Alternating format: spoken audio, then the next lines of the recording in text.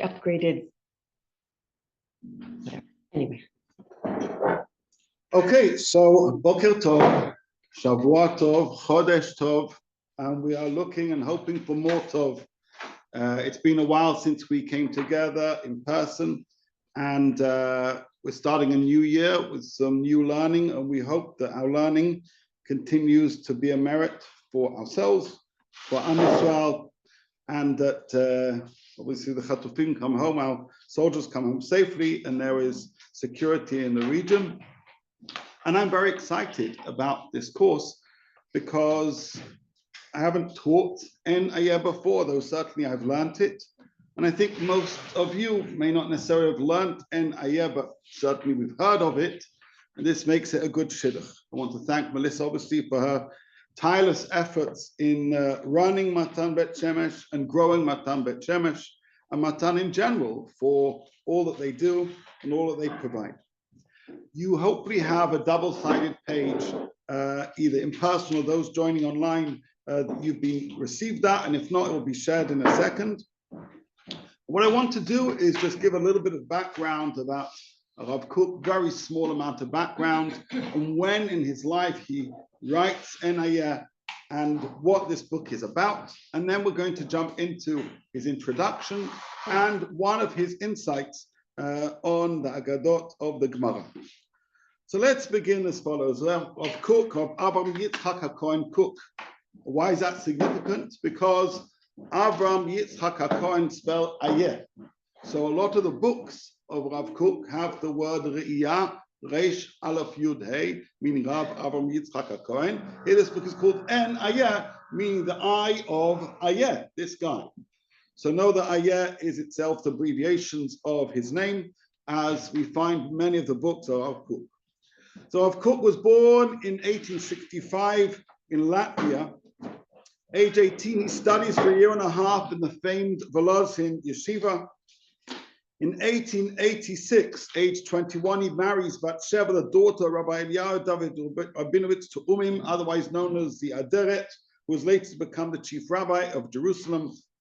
And in 1888, aged about 22, he's appointed in Zimel, Lithuania, as a rabbi, as a rabbinic leader. The reason I mention that date is it was from age 22 when he starts writing his En Ayeh commentary. In fact, he works on this commentary primarily from then till he's 31, when he becomes rabbi in Boisk in Latvia. And from then on, he adds further commentaries.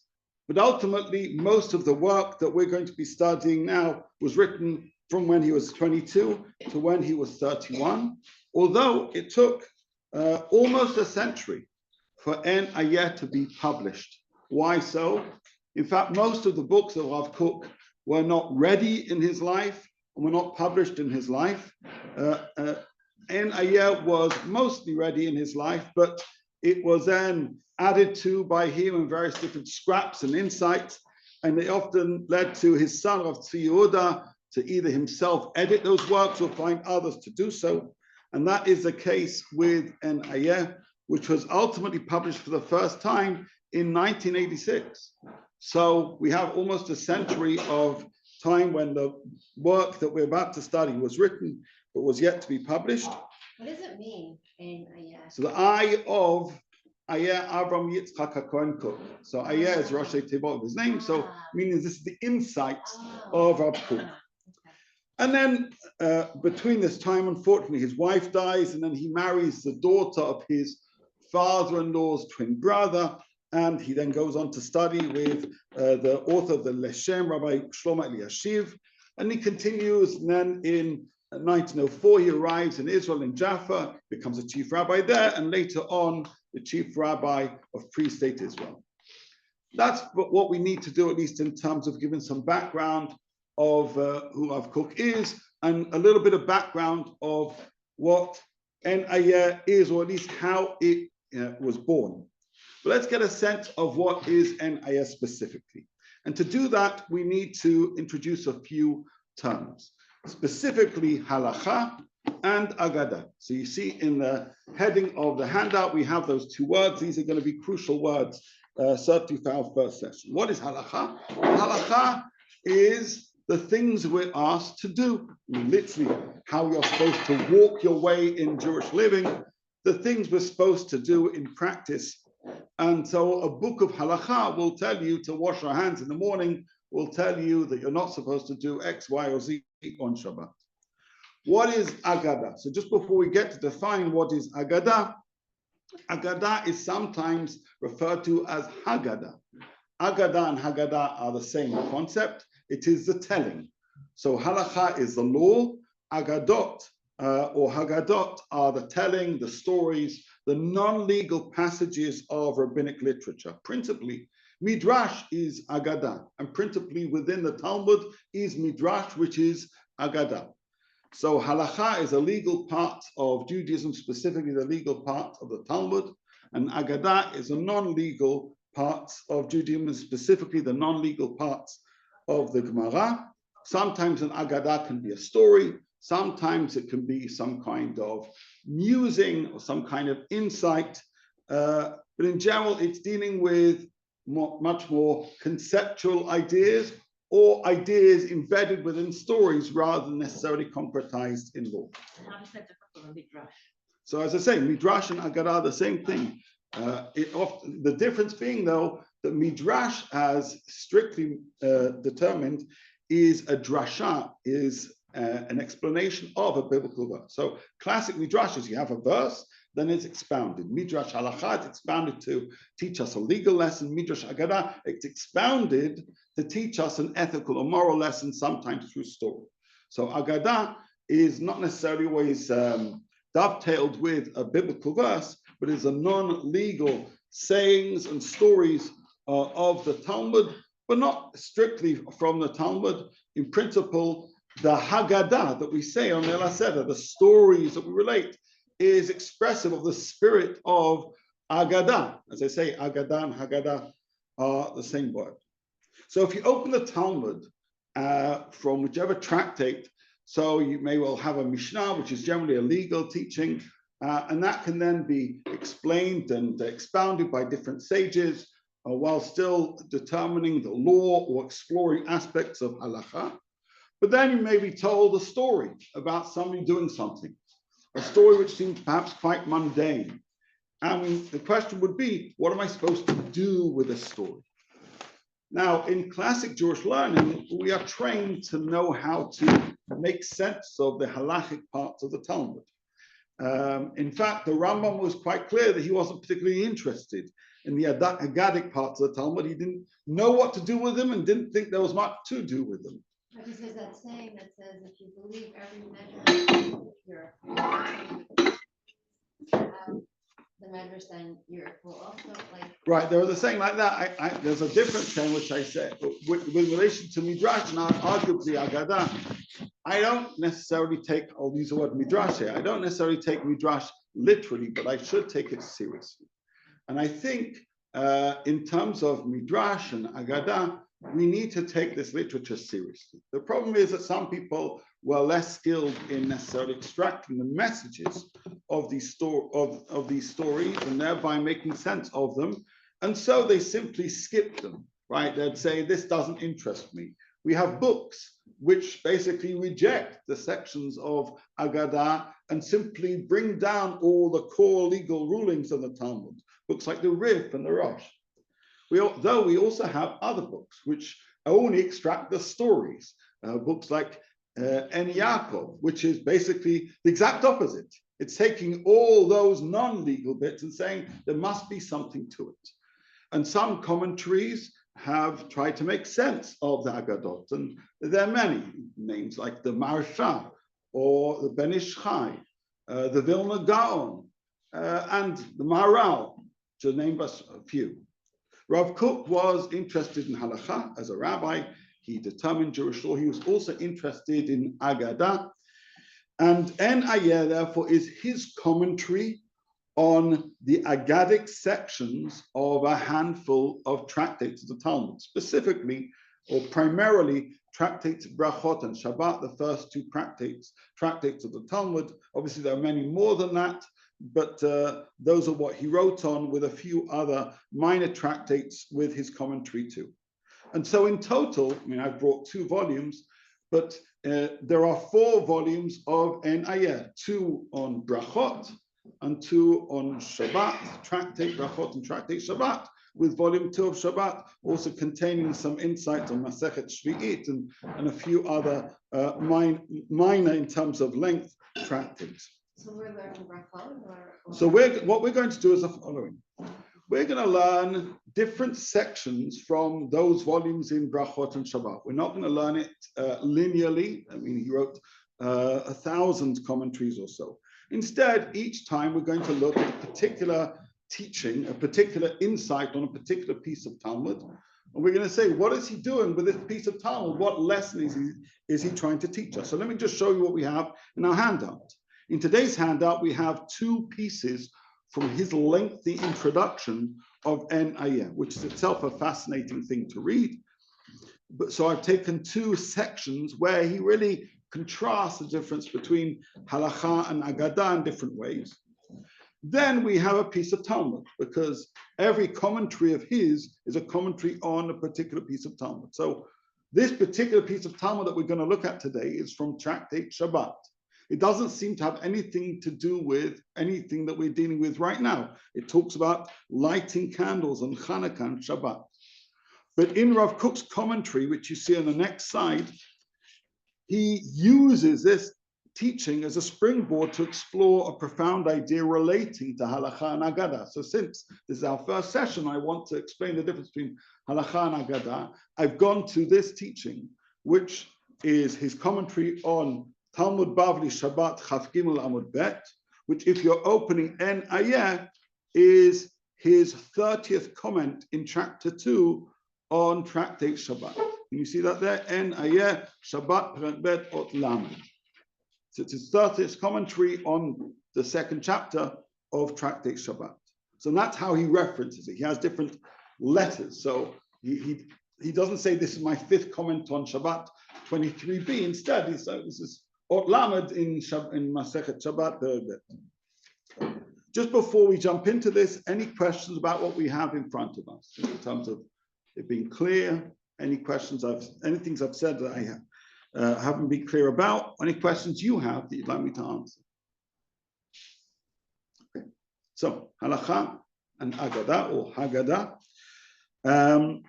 One further thing we'll get to in a minute actually is sometimes, and we'll see in the piece on Tractate Shabbat, which we're going to be studying, he'll describe Halakha as practical, ma'asi.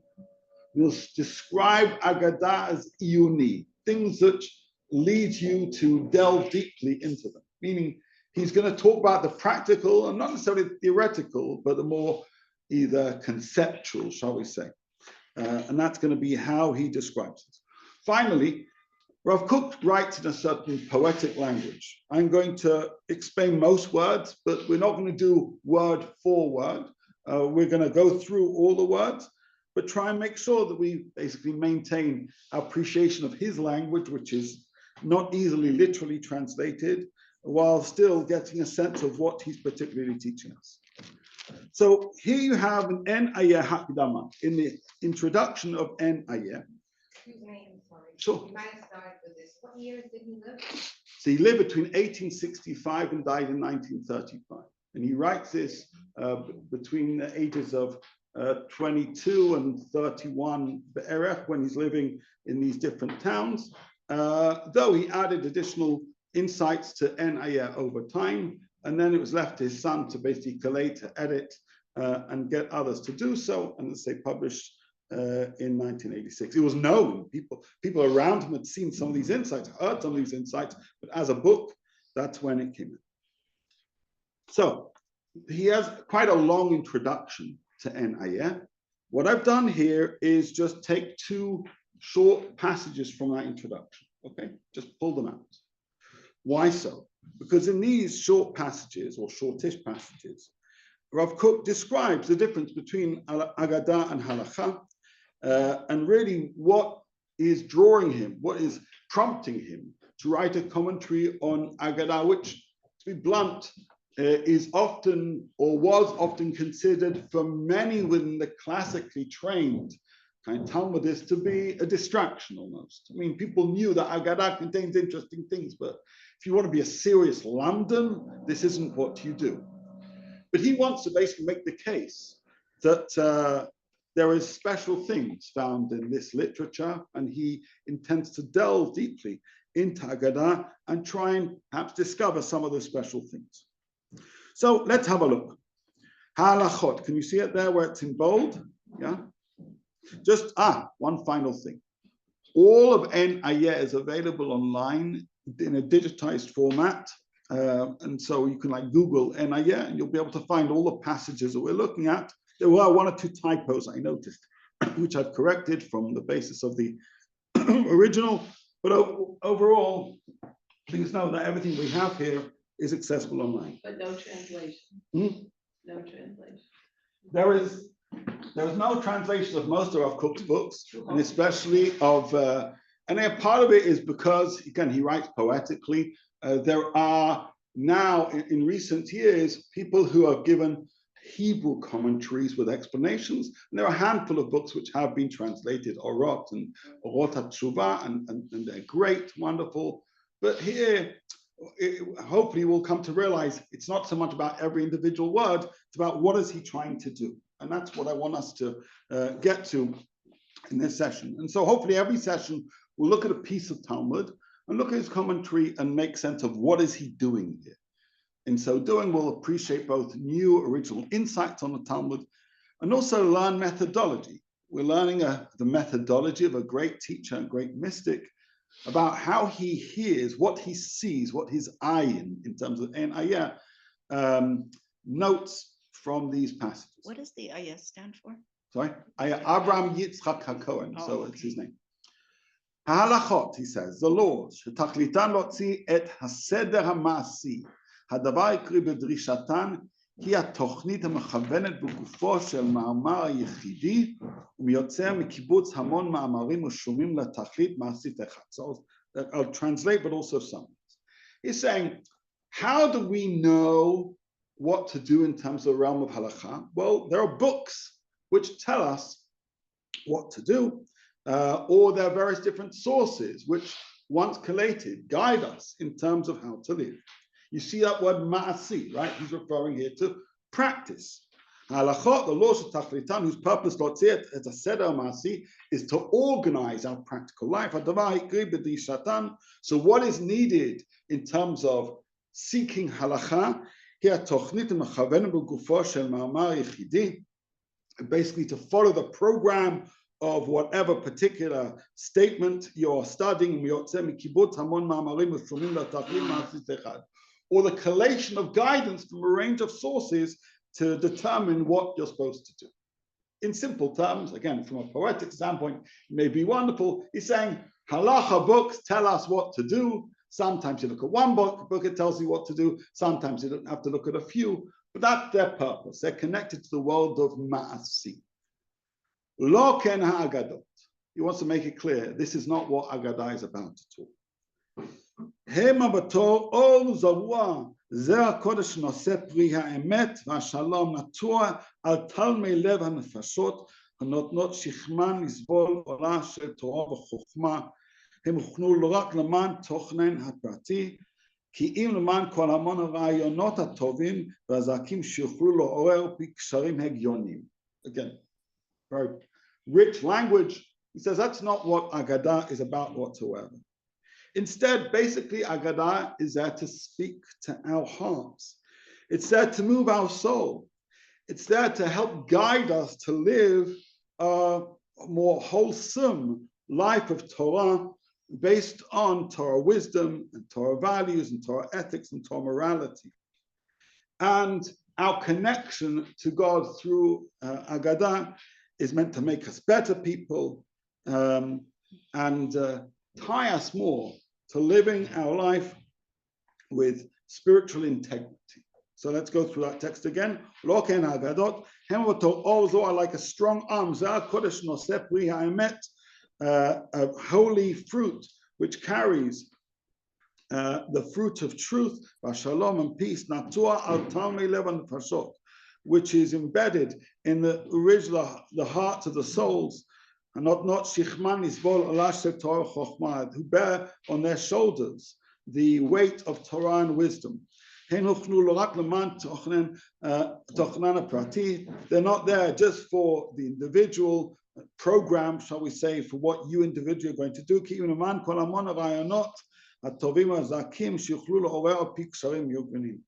Instead, they're there to carry a range of ideas, a way of improving us so that we can be bound into, shall we say, both Torah logic and Torah living, Torah thinking, and a Torah lifestyle. כאשר נבוא בזה הצד לבאר דברי חכמים וחידותם, כבר יש לנו עסק יותר כללי מפרטיותו של המאמר, כי אנו עוסקים על יסוד ההשגחה אלוהית. What he's now telling us is how you study Agada is very different to how you study Halacha. How you study Halacha, it tells you wash your hands this way, you wash your hands this way. You know there's probably some meaning behind it, but at the same time taking it on face value and then translating it into action is a thing, right? That leads to an outcome. But how are we supposed to learn Agada? He says, when we try and make sense of the words of our sages, b'chidotam, what are chidotam? They're riddles, right? Meaning, often rabbis speak in cryptic ways. Agadot are often very cryptic. They seemingly are either mundane or nonsense. And his task as an Agadah commentary is to make sense of these riddles. It's a much broader endeavor than necessarily making sense of a particular statement or teaching. We're dealing with questions relating to God's involvement in our lives.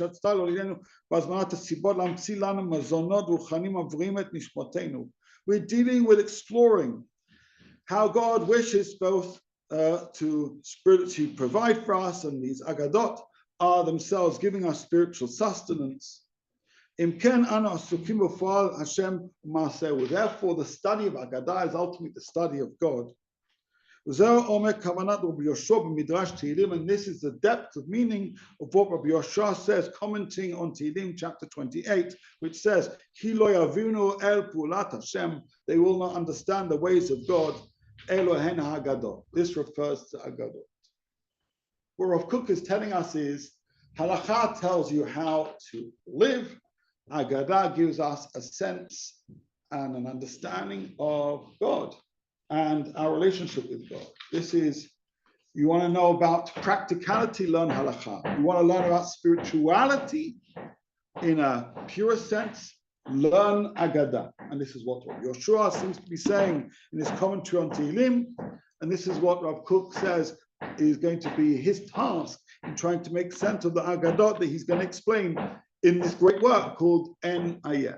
Meaning that, like, you have the halacha which tells you what to do, but the Agadah tells you why you do it, or explains why, or not necessarily why you do it. It's a wide range. It's a philosophy of Judaism. It is about spirituality, about God. It's about your relationship with God, right? What's this connection to the halacha? It runs parallel and often is complementing, but meaning I can learn a halacha about lechem mishnah, about how having 2 loaves of bread on Shabbat, and then I can have an Agadah that seems to have nothing to do with it. It may not have anything to do with it, but so why am I studying it? I know I'm studying the laws of lechem mishnah because I need to know how many loaves to bring on the Shabbat table. Why am I studying a story about a person who's standing outside the door of another person, like we're going to do? He says, because in that story, there is wisdom. There is wisdom about you, about me, about God, about spirituality. Related to the 2 loaves? No, not necessarily. Meaning, there are some Agadot which are connected to the halachot that precede them, and some not. Meaning, if I had 2 books in my hand, one is a Shulchan Aruch, one is Midrash, I could take them from the shelves. We wouldn't necessarily assume that everything in this book is necessarily connected to that. We would say both contain wisdom, right? And different types of wisdom. So he's explaining here, there's a wisdom of halakha, which is a practical wisdom, and then there is a wisdom of Agadah, which is spiritual wisdom. Sometimes that spiritual wisdom enriches understanding of halakha, but oftentimes it just helps us understand us and God, what it means to be a Jew, what it means to be an Eved Hashem, right? Often we'll think about Musar as books that teach us how to live. He's saying Agadah helps us understand what it means to be a Jew with a soul who is in connection with God, and embedded in these stories and insights is ways of us better living, hopefully as those Jews, and better appreciating what it means to be a person with a soul in a relationship with God. So we'll see. Again, obviously the best way to learn this is to learn this, which is what we're going to do. Any further thoughts just on what we've just covered in that piece of the introduction? Again, it's a long introduction. What I understood, and I might be totally misunderstanding, is that as opposed to halacha, where each ma'amar, as he calls it, is particular mitzvah, the agadot are all linked to each other, providing us with a framework of a spiritual life. I would say obviously the same goes with halacha, but we don't often think about it that way. And many people would say that's not how they see Agadah, but he's making a case that that is how he relates to Agadah. Meaning, not every story seems to be part of a wider narrative. Remember, some of these stories didn't necessarily happen. They're parables, right? They are idioms. They are different ways to teach us ideas, but each one of them is a gift to help us know how to live as a Jew. No, but it answers the question of why some people don't like Agadot.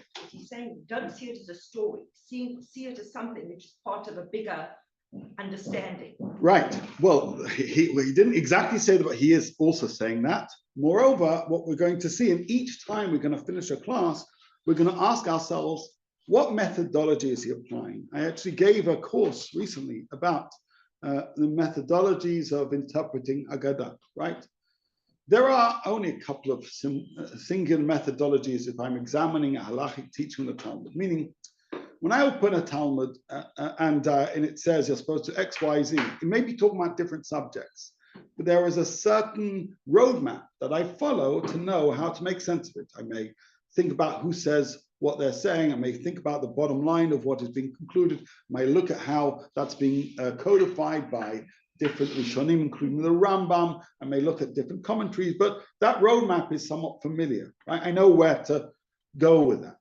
With Agadah, the frustration of many, which is why ultimately many have not necessarily successfully made sense of Agadah, is they don't have a roadmap, and almost every piece seems to require its own roadmap because it has its own different kind of form or style. Now, that's actually not entirely the case, and because I've been writing a commentary on Daf Yomi now for towards 5 years and offered various different insights on Agadic pieces, I think there are certain repeatable methodologies, and we're going to see that through Rav Kook. Nevertheless, there is no book that tells me how to do that anywhere as clear as there is for halacha.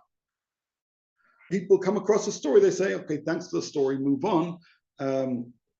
But embedded in there is obviously something much more, and we're going to see what he hears from that story. We may hear things differently, but we should also try and pay attention to what he says. Okay, let's go to the next piece because I want to jump into the actual Talmudic insight soon.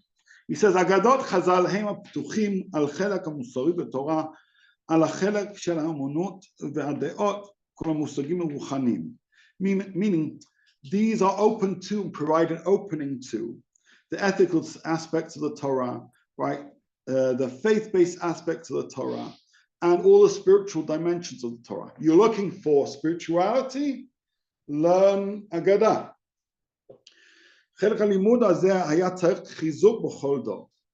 And as a result of this, every generation needs to intentionally focus its attention on Agadah and try and make sense of Agadah according to its own spiritual needs. Every generation has its own spiritual challenges, and therefore needs to take a second look at different Agadah, which may well speak to different generations in different ways.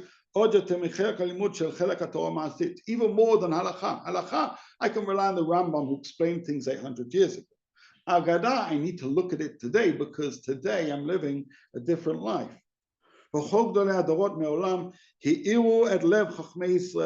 העוסקים בתורה לשום לב אל החלק הרוחני שבתורה, אל חוכמת המוסר, הדעות והחובות הלבבות שבה, שבכללה היא אוצרותה באוצר חיים של דברי חז"ל באגדות. Basically, in every generation, the true great leaders have emphasized the need of exploring the spiritual teachings of the Agadah, אשר להרחיב דבריהם הטהורים להתיר מסגורותיהם בדרך הפירוש ביותר בדרך הביאור, צריך עבודה גדולה ומתמדת. Nevertheless, to make sense of these teachings takes effort. I mean, he's saying as a guy who's doing it. עבודה שתהיה כולה אל המטרה שעליה נבנו יסודי האגדות, לא תוכל לצאת אל הפועל, כי אם תהיה עבודת ההגדה גם כן נאבדת אצלנו כאותו הערך עצמו שנעבדיו שתעבד ההלכה בחסדי השם. I'm going to simply summarize and say, but the only way we can do that is if we actually work with this material, we spend time with this material, we explore this material, meaning you want to plumb the depths of this much more cryptic and less understood sphere of Jewish literature. Well, you need to dwell on it. You need to live with it. שלא יהיו ענייני פירוש והאגדות נמסרים רק לבעלי דעה קלושה להיות לעסק בהם, כי אנו גם עליהם יקפצו לעדרים רועי ישראל הגיבורים להגדיל את התורה האגדה והאדירה. He says, I think this is something which we all need to be endeavoring to involve ourselves in, and this is something which we should be pursuing to widen, להגדיל את תורת ההגדה להאדירה, the study of Torah and Agadah, להרחיב תורת המוסר וחובת הלב בכל מקצועותיה, to widen the pursuit of spirituality through our investment in this realm of Torah literature, על ידי בינה ומקרא במקורו באגדות חז"ל בעומק הגיון. So he's saying, you know, if we have a crisis in spirituality, maybe we're looking in the wrong places, right? And he says, I think we all need to study halakha and live halakha. We also need to dwell and immerse ourselves in Agadah and make sense of it. Since his time, there have been others who've repeated this call. You know, Heschel speaks a lot about the importance of halakha and Agadah, as do others. Still, very few have necessarily put their money where their mouth is, meaning have they actually then tried to make sense of these teachings and offered a spiritual vista that emerges from these stories and from these insights. Rav Kook does, which is why we should pay attention to what he says, and let's get into that now. What does it mean, the mikra, the mukoro? He says, being of a mikra, knowledge of the Bible, or Quran, its original, Agadot Chazal. He's saying, I mean, we often know that Rav Kook speaks not just from a halachas, but also, shall we say, from a much more prophetic dimension. He's saying you want spirituality, you need to lean into studying Tanakh, which is ultimately, although we may find it strange, but it's still often the realm of Agadah, meaning stories within which there are messages. That's why he said halakha and Agadah isn't just limited to Talmud. And he's saying, especially here, we're talking about the Agadot of Chazal, which, though specifically we're focusing on the Talmud Bavli, which include also the Midrashim and things like that. Basically, let's take this literature seriously, even if we don't take it literally, and we may find ourselves being uplifted. Ad kan hakidama. Any quick queries before we jump into the next bit? How does this compare to the En Yaakov? Was he doing the same type of thing? So the En Yaakov is, in fact, really the text of at the top of the En Ayeh should show. The text of the En Ayeh is actually the text of the En Yaakov. The En Yaakov is ultimately just extracting the Agadic passages. That's the text that you have at the top of En Ayeh, which is one of the reasons also he liked the word En. But so the En Yaakov is simply the collation of those texts. There are various different commentaries on En Yaakov. So En Ayeh is another commentary, shall we say, on En Yaakov, which is just the collation of the Agadic passages of the Talmud. Some are on the page of the En Yaakov, some are not. So I mentioned Maharal before, isn't just because of his length. Ben Ish Chai isn't just because of the length, and etc., etc. But yeah, within the spirit of commenting on the Agadic passages of the Talmud, and he's obviously thankful to En Yaakov for collating that material. Let's jump into a story which seems to have absolutely nothing to do with anything. and we try and make sense of it. Okay, here we have the English on the left-hand side taken from the Sephora website, which is a translation of Rabbi Adam Steindalt, translation and commentary, and on the right-hand side is a text. And we're told as follows: Amar Rav Huna, says Rav Huna. Who is Rav Huna? Anybody know? Who is Rav Huna? He's a rabbi. Just as a quick aside, and this is going to become relevant to his commentary, it's always good to try and make sense of who is speaking. So I have various different books at home which provide biographies of Tanaim and Amoraim, some in English, some in Hebrew. This is a Hebrew 2-volume set. You may have it at home. The Chachmei Talmud Va'Gaonim. That's a very handy set. So here in volume 1, we're told Rav Huna, Gadol Amorai b'chol Babel b'dor Sheni. He's a Babylonian second generation Amorah. That means they're the Tanaim and the rabbis of the Talmud. The Amoraim, the Tanaim, the rabbis of the Mishnah. The Amoraim, the rabbis of the Talmud. He's a second generation of the rabbis of the Talmud, living initially, at least, in Babylon. Someone once told me that if it's a Rav, it's one, and if it's Rabbi, it's the other. Like one, two. We're gonna get to that and challenge that assertion, but noting when it's written Rav and when it's written Rabbi is going to be significant. It has something to do with geography, or I don't think absolutely. We're going to see in a second why. I don't say there's no truth into it, but Rav Kook himself is going to read into the usage of the word Rebbe for different reasons. Anyway, Amar Rav Huna, says Rav Huna, Haragil b'ner havin lebanim talmidei chachamim. Somebody who's accustomed to kindle lights, which is Rabbi Steinsaltz explains means Shabbat lights or Hanukkah lights or Shabbat lights and Hanukkah lights. Somebody who is passionate about lighting Shabbat lights and passionate about lighting Hanukkah lights, what is there going to be their reward? Banim talmidei chachamim. They're going to have children who are Torah scholars. Now, just before you go on, I'm putting aside Rav Kook or anything like that. That's a strange thing. Like, generally, if you go to like a fertility clinic, right, it doesn't say this is how you have children, light candles, right? But this is telling us that if you do this thing, this is going to be your reward. Is this a halachic statement? No.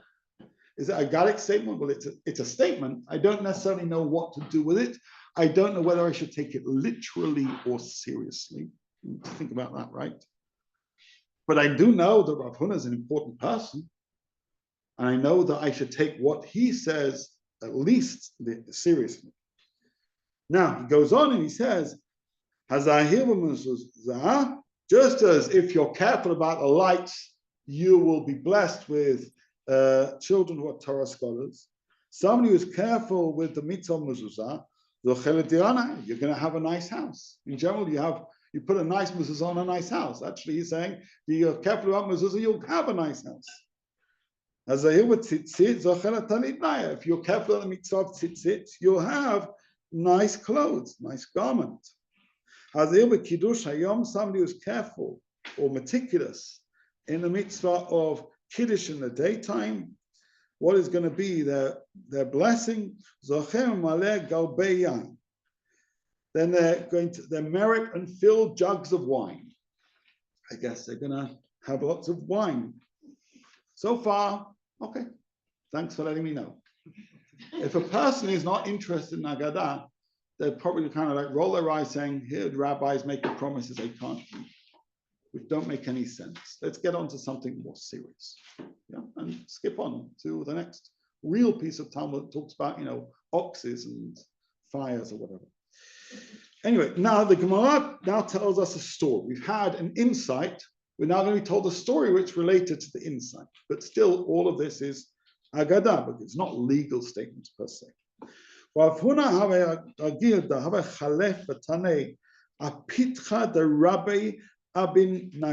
Right? Interestingly, it says Rabbi. We'll come back to that in a second. Was it told? Rav Huna was accustomed to pass by and teach at the entrance of the house Rabbi Avin the carpenter. Do I care? Do I care where he's teaching? Like, whatever. Thanks so much for sharing. And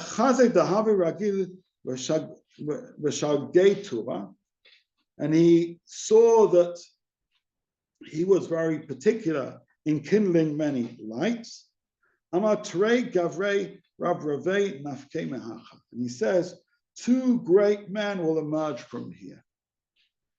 Nafki Minai Rav Idi Bar Avin, Rav Chia Bar Avin. And what happened? This carpenter, Rabbi Avin Nagara, Rabbi Avin, the carpenter, had two sons. One is Rabbi Idi, and one is called Rabbi Chista. Rabbi Chista, however, Ragil, the Habit Chalef Atani Apitcha, the Bein Nasa, the Rav Shaziva. So Rabbi Chista was accustomed to pass by and teach at the entrance of Rabbi Shaziva's father's family home. Kind of similar story. Chazed the Habit Ragil B'Shagei Tuva, and he saw that he too was accustomed to fulfilling the mitzvah of lighting many candles. Amar Gavra Rabba Nafek Mihacha, he says a great person will emerge from here. Nafak Minayu Rav Shezbi. Rav Shezbi, who was obviously a scholar, was born from this house. That's the Talmudic piece. For most people, they like scratch their head saying, okay, right, it tells me they should light candles a lot, and it brings blessings. And if we saw a friend who was wishing to have children who are Talmei Chachamim, we'd say, light some more candles, right? Right? Maybe, and it probably comes from here. And as a person who wants to have some nice clothes, and say, where tzitzit, or and they want to have a nice house, he'd say, buy a nice mezuzah. Meaning, in total, what would I do with this? I'd interpret it my own kind of way. Try and practicalize this Agadah, and I'd give it as kind of like wisdom on the grapevine to whoever wishes to hear it, or even if they don't want to. Rav Kook basically says there is wisdom in this story, and it's not necessarily about telling somebody to light candles or wear some nice clothes or buy a mezuzah, but there is wisdom in this story. And I want to tell you what the wisdom is, how I see it. Remember, he's writing between the ages of 22 and 31, a young man who is hearing in these non-legal passages, messages, spiritual messages, which he feels are worthy of sharing. Before we get to his insights, any thoughts on your part? What do you think we can learn from this story? I wonder if the lights symbolize just joy and positive, that people will be, that the children will be encouraged to study Torah and live Torah life because of the wisdom of the, like, because of the light, instead of have to light candles, you know, like just make it like such a joyous, things full of light in a way, symbolically, you know, that maybe that could be part of it. That's a lovely message. You hear a song, you say, after last candle. Lovely message. Great. Okay, 1 second. I see it as to be meticulous in the keeping of the mitzvah. Speak louder. To the reward for that. Okay, beautiful. Can you Be meticulous. I was gonna say the exact same thing. Lovely. Louder? She was just No, I gonna was say gonna the say same thing. I would, what Atara's statement made me think was, I was looking at the different examples here. And so the mezuzah and house thing are very connected. The tzitzis and garments are very connected. Kiddush and wine are very connected. Lighting candles and children who are Talmidei Chachamim are a little more of a stretch. I don't know. Or HaTorah. Yeah, okay, but it's not as like, I don't know. I agree. The connection is a little less to me. Yeah, no. I you know, you can make it, but it's not as obvious. Like, also, Not as it's much. just- I don't know, the mezuzah and the house seems so So, close. what I want to do each time we learn his pieces, just in case we run out of time, and also because once we get into his rich language, we can sometimes forget to see the big picture, is give you kind of a macro view of what he's about to say, and then we'll delve into it. Because there's a detail that none of you mentioned. We had two stories of rabbis giving a shir outside the door of somebody else's house. Yeah, two stories, right? One was Rav Huna and one was Rav Chista, yeah? But they differ. How do they differ? Because one ends up with a blessing that you will have 2 sons, one ends up with a blessing, you'll have one. They may all say, well, one person was feeling more generous that day in terms of the blessings. That, according to Rav Kook, is the key to making sense of this Haggadah. That detail, which, again, I didn't prompt, right? Not one of us necessarily spotted. By the way, I probably also wouldn't have spotted. I'd be like, whatever. There's some random details in these stories. Which bits are the important bits and which are not? Although you just pointed out something that maybe makes the connection between light and having children who are Talmidei Chachamim closer, and that is if you have light in your house, then people are going to come give shiurim by you. So then your children will be exposed. Okay, then why did one Right, house that have I- more that kids I than don't the know, other, but it or was definitely blessed with makes more One kids? had Hanukkah and one didn't. Right, I don't know. Okay, so that detail for him is of significance. Now remember, is he giving us a literal meaning of what actually took place? He doesn't. That's not the question. He's giving us meaning of a passage which may or may not happen, meaning the instance, whether the instance happened or not isn't the issue. It's what do we learn from the story that the rabbis tell us about these incidents, yeah? And he says, I think there's a message here by virtue of that contrast between the blessing of two sons in one home and one son in another. Now, what would I think could be the difference? Is it, again, is it the generosity of spirit of the teacher? Not necessarily. Because according to Rav Kook, there is an important detail in terms of the people whose homes a shir was being delivered in outside of. And this conveys an important message to each and every one of us. Again, I'm going to speak generally and we're going to see in the text. We saw previously that there are these two different... But that's also the only mitzvah that talks about where it happened. There's no names associated with it. Right, 100%. So we've spoken here about halacha and agadah, the ma'asi, and I said the word iyuni he'd be using soon. He's about to use it now, okay? Ma'asi, the practical, and the more, shall we say, conceptual, spiritual, right? That's how he's associating halacha and agadah. And he says, you know, some people are more drawn to one than the other, which is true. We know people who are really, really good at the practical. And if you talk God to them, they like kind of get scared. They don't know what to do, right? You say the word spirituality, you think you're kind of dealing with voodoo stuff. Now, other people who speak the language of spirituality, when you get to the nuts and bolts of halakha, they kind of like, they feel cold. They feel like the angel of death has come to them, right? They're like, no, I want a warm spirituality, not the cold law, right? Different people are drawn to different aspects of Jewish living.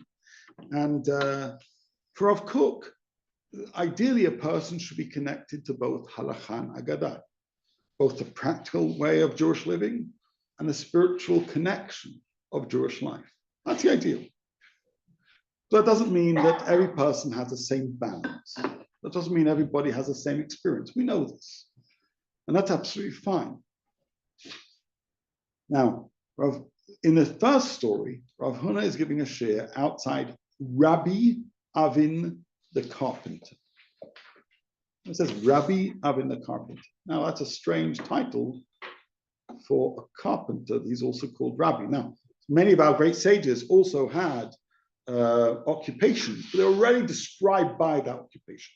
You know, Hill may be a wood chopper, but he's rarely described as that in the many different conversations. He happened to do that on the side, right? That was his parnasa. But here, if you're called Rabbi Avin Nagar, that means that's what you do. That's kind of the sign outside the house. You are a carpenter, but he's also a rabbi. This is somebody who blends the practical with seemingly a pursuit for the spiritual. And so what happens there? Well, what happens is Rav Huna is giving a share outside and he sees a light emerging from this home of this person who seems to be living both the worlds of the Ma'asi and the Iyuni, the Rebbe and the Nagara, right? It's not about being a carpenter, it's not about being a rabbi, it's about seemingly having the whole package. And so Rav Kook basically says the light in your house that you are fostering seems to be expressive of both halakha and agadah. And that's why you have two sons because this represents this duality of the Masi and the Ioni. Whereas the other person who was a nice guy, right, of Christus giving a share outside of his home, isn't described in that way. And either it means that both have been combined into a single personality, rather than Rabbi and Nagar being separate terms. They're part of the same package, and if he has one son. Or perhaps you could say, we're going to see in a second, he only holds on to, is only connected to one of those two realms. So this is how Rav Kook hears a story. He's saying there's a lesson being taught here about light, about Torah, about what we do to birth more Torah in our home. And he said, well, it depends on the kind of Torah we are attracted to, the kind of Torah that we foster within our own home. Depends on whether we are more Masi or Ioni, whether we're able to bring them both together, or only able to hold on to one. That's kind of how he reads this. So we passage. compared the ones with the lights, but what about the tzitzit and all the other ones? Like, As we said, we didn't have the story, so that's just, I mean, that's Like, what it's is the applying the point of lesson there. So we say, okay, but as Melissa said beforehand, the connection between garment and tzitzit is close, and the connection between wine and kiddush is close. With light and still Torah, to say slightly that less. you're gonna, it sounds like hocus pocus, you do this and you're gonna get. So I don't think he's doing that at all. Again, what Rav Kook is teaching us is to look more closely. Now, there's less meat to that part of the story, so we can't look so much. I mean, we could explore it, and there are others, I'm sure, who've done so.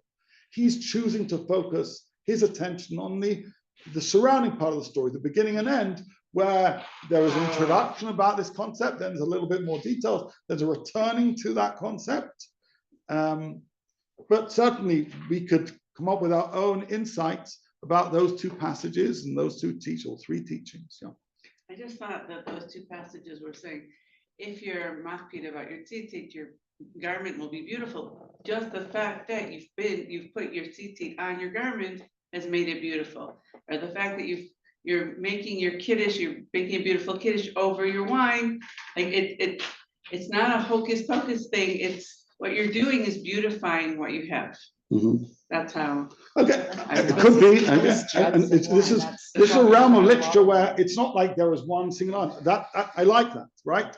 Do I think that's the only way of reading it? No, but here Rav Kook is focusing his attention on the other bits, and yeah, his commentary then helps us perhaps tease out further meanings of the aspects of the story that he's spending less time exploring and addressing. But for him, there's a message.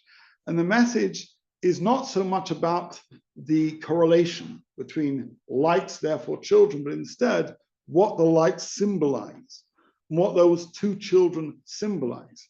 There is symbolism in this story. There is a message here about wishing to fuse the world of the Masi and the Ioni, the Halacha and Agadah.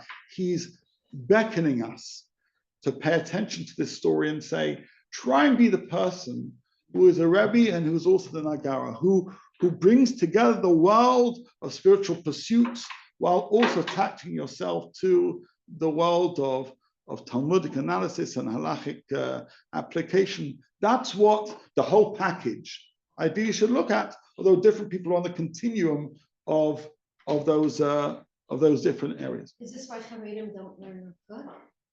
This is not why Haredim don't know. Well, by the way, firstly, some people learn some things and some people don't learn other things. I'm sure there are things that you learn that I don't, and I learn that you don't, and it's got nothing to do with anything other than there are various factors why certain people are more drawn to certain teachers, and certain factors why they're either more alienated or why they're pushed away from. It's not his spirituality that alienates people necessarily, although certainly some people are less comfortable exploring these less concrete areas of Jewish thought, and consequently tell me where, I don't. No, but he's saying that ideally it's best to do both, to have Yeah. to be and have a job and to learn Torah. No, look, that's adding your own commentary on it. Let's just focus on the world of halakha and No, Agadah. it's halakha and ruchniut, it's not. So yeah, It's easier to hold on to these a few presets at the beginning of I do this and then that, do this and then that. mhm. But it's the story that Rav Kook's saying is important. The story Yeah. that comes after it. And that Yes. gives the depth to the whole thing. It's Right. These presets are in many ways easier to deal with Right. than the other part. With that in mind, we're going to jump in because I'm aware of time and I'll get criticized if we don't. Again, it's a longish passage, but hopefully the summary has been of help. הנטייה הפנימית להאיר באור הקדושה היא מתפשטת על ידי הפעולה המיוחסת לכנר של שבת להוסיף עוז בנפש של חפץ החזק להאיר גם כן באורה של תורה בעולם למלאות באורה של כל מחשך. That means the inner leaning to illuminate with a light of spirituality spreads through the endeavors just like the light of the Shabbat candle. And it adds strength to the soul, which yearns for and seeks illumination through the light of Torah in order to bring light to the darkness. It's very beautiful, right? He's just meaning just that opening, you think, well, I would never have seen somebody interpret this Agadah in that way. That's refreshing. כי חל למצוא מקום מעשי בבנים תלמידי חכמים מאירים בעולם של חשכות. And through the endeavor of doing a practical thing, in this case, the lighting of the candles, a person is then gifted in the practical form of children who are Talmidei Chachamim, who bring further light to the dark world in which we live. והנה הפעולה הרוחנית תתרחב על פי כוח המצווה מיוחסת לה לפי ההכנה של מקבל הפעולה. At the end of the day, the deeds that we do are impactful based on the way in which we relate to those deeds. ובאשר בכלל מתחלק אור התורה למעשי ועיוני שביותר פרטות היא ההלכה וההגדה, יש מי שגבר מאוד בחוכמה המעשית וזהו עיקר הגיונו, ויש מי שעיקר השלמתו היא בחוכמה העיונית כאשר בכלל השכל נחלק לאלה חלוקות מעשי ועיוני, אף על פי שראוי לאדם להיות לו יד בהשם בשתיהם מכל מקום, ודאי בערך אדם גדול נמצא מי שעיקר יסוד גדלותו מוכן יותר לדברים עיוניים ומופשטים. I'm going to finish in a second. יש מי שכוח גדלות נפשו מתגלה דווקא בדברים מעשיים שאינם עיוניים ומופשטים. You can see quite a long statement. What is he saying here? Though the teaching of the Talmud seems to tell us that there is an application of what we do in terms of what is done for us, namely light candles, have children, etc. This also needs to be coupled with intent. And ultimately, in terms of the Jewish life, there are these two realms, namely the Ma'asi and the Ioni, the Halakha and the Agadah. And some people are, basically lean more in one area, one to the other, and some to the other, even though ideally one should have a Yad Vashem, right, in both. You should be involved in and invested in both.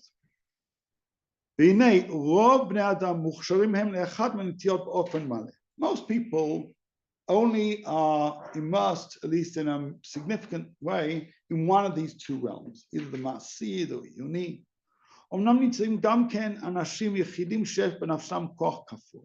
However, there are special people whose souls are basically invested in and immersed in both. They have a double strength.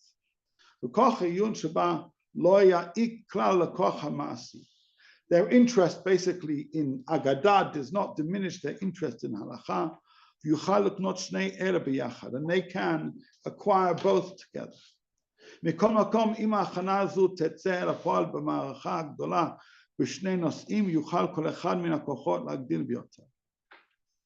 If a person immerses himself in both these realms, we may find that one becomes basically the stronger one. Like you always have, you have two hands, but often one is the stronger of the two. הנה, פעולותיו של אדם והנקודתו מורות על כוחות נפשו. למשל, מישהו חכם, ידענו שיש בנפשו הכנה לחוכמה, ומישהו אומן, ידענו שיש בנפשו הכנה לאומנות. Here he's talking just about skills and and proclivities of people. A person who has certain intellect is generally going to lean into intellectual things. A person who's more artistic, and Rav Kook had a lot of interest in art, will lean into more artistic things. אומנם בכלל שורש ההכנה של החוכמה הוא הצד העיוני, גם החוכמה המעשית היא תולדה מהחוכמה העיונית. And even if you are interested in more of the conceptual aspect of wisdom, you then may find yourself putting those conceptual aspects into practice. אמנם שורש ההכנה למלאכה הוא חוכמה מעשית, כי גם במלאכה יש צעדי חוכמה. And similarly, even if you're interested in practicality, sometimes there are things you need to know. And then he quotes from Eloto, he's quoting about Betzalel, who he himself had an interest in. And Betzalel, though he was a practical person, he also obviously was a person of great insight. Ultimately, though we're talking about Maasi and Ioni, Halachan, Agadah, basically the practical aspect of Judaism and the conceptual spiritual aspect of Judaism, most of us hold on to one mostly and have the other within our background. Some of us maybe will be blessed to be able to grasp onto both. Those who are stronger Maasi still have aspects of Ioni, and vice versa. על כך כאשר תחול ברכת השם להוציא מן הכוח אל הפועל על ידי סגולת המצווה, מי שיש גנוז בנפש האב, הנה ברוב האנשים תהיה סגולתה הגנוזה, בין שהוציאה אל הפועל ברב או במעט. When a person basically is trying to bring something into their reality, they're going to express what is that inner proclivity. So namely either much more involved in the academic or conceptual or spiritual, much more involved in the practical. And that may lead to you doing a lot with that or little with that.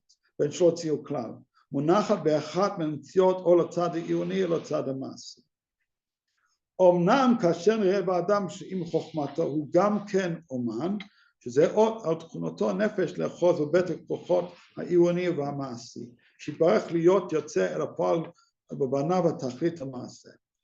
He says, however, when we see within a person who has wisdom also a deep leaning to the art or the practical, this is already expressive of the fact that they are somebody who is blessed with both these energies, both these capabilities in almost, if not absolute equal measure. Now, just before we go on, just let's look at this text. We've read through 2/3 of the text. He hasn't mentioned the Talmud at all. He hasn't mentioned Ravina and whatever it is, right? He's laying the foundation.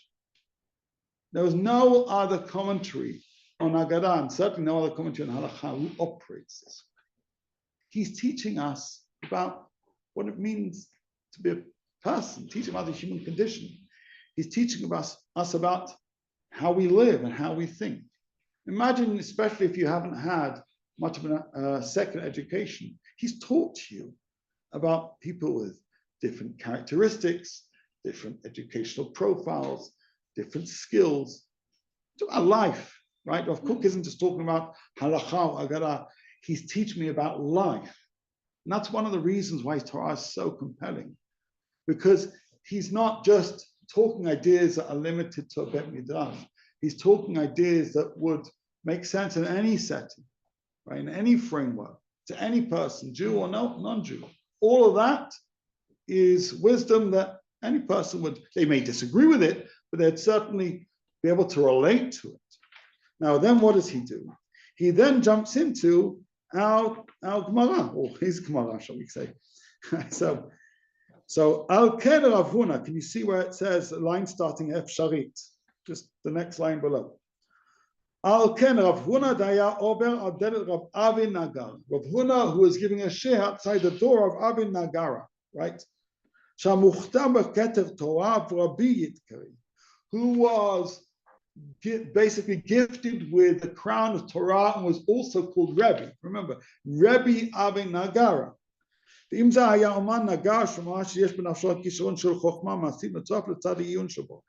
demonstrates the fact that this carpenter was both involved in the Ioni and the Maasi.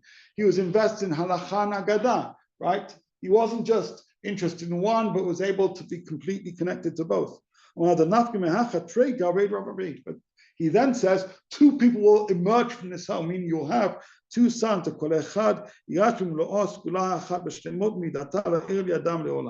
Now, what I didn't yet do, although it's certainly possible, is to look at the biography of those two sons and see which one was more, reflective of Iyun and which one was more Masi. But ultimately, the message here is a rabbi guy who's Nagara is somebody who contains both, and that's therefore the blessing of both comes about. Rav Chisda, right, and he's giving a shir in front of Rav Shizbei's house. But there he doesn't see the bringing together of both these kochot. He says, you will have one son. Now, he's not trying to insult Rav Shizbei, right? But instead, he's saying, I don't see within your home these dual lights of halacha and agadah coming together. I see the single light of whichever was his.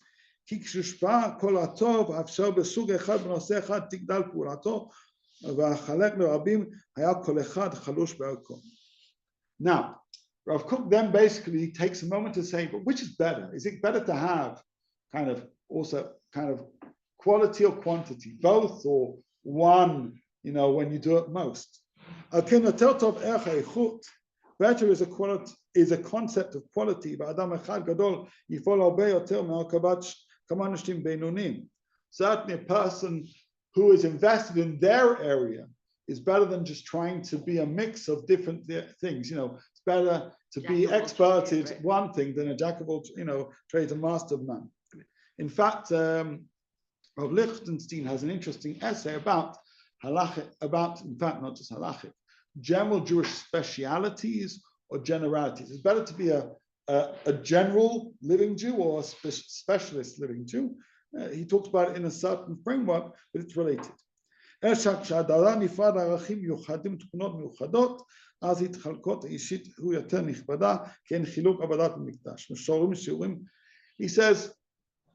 some people are able to have both. But at the end of the day, if you're going to do something, do it properly. Don't try and do both if you're not very good. Focus on your task, just like in the temple. There are different people with different tasks. You have the singers, you have the king, you have the Kohen. Know your role. So when you read this piece, first it's fascinating. What he's telling us is every Jew needs to figure out their way to serve God. Some people do it emphasizing the interest in Masi, some emphasizing the role of Masi. There'll be a handful of people who can do both, but understand who you are as an Eved Hashem and do it well. And that's his message. And that's what Rav Kook is teaching us here in Ayeh. Now, just before we finish up, I know we're a few minutes after, I just want to pause and ask, so what method does he apply? Like, remember I said that there's a method to interpreting halachic portions of the Talmud. What method does he apply to this Agadic portion? Well, we didn't see that bit coming of the 2 versus the 1, right? That was kind of like the red herring. What he does is he leans into the details. And he asks himself, what is this to tell me? And he thinks carefully about the titles of the people, the names, the things which often we overlook. Rabbi thingy, the carpenter. He says, I think in there is a message. And certainly the work that I've done in interpreting Agadah over the past few years, a point that I often come back to is pay attention to who is involved in the story, how we're referring to them in the story, the titles they're being given. They're not arbitrary. So he said before about Rav and Rebbe, it's not arbitrary. Doesn't mean only that they lived that place. No, it often means a lot more. Ask yourself, what is it? What is it telling us? So here, that title becomes a petach, the opening to Rav Kook's analysis on a piece of Talmud that most of us would kind of like to say, thanks, and move on from. But here is a lesson about how to live your life as an Eved Hashem, either leaning into Agadah, Halacha, Ma'asi, Rani, blending both, but certainly focusing on what is your strength. So I hope this has been of interest. Obviously, next time we won't have the Hakdamot. So we'll jump into the Gemarot and then his commentary. But each time we'll look at a piece of Talmud, we'll look at a piece of Ayeh, and we'll be surprised because that's what he does in his wonderful commentary. I hope this has uplifted you and given you a spiritual boost. It certainly has me.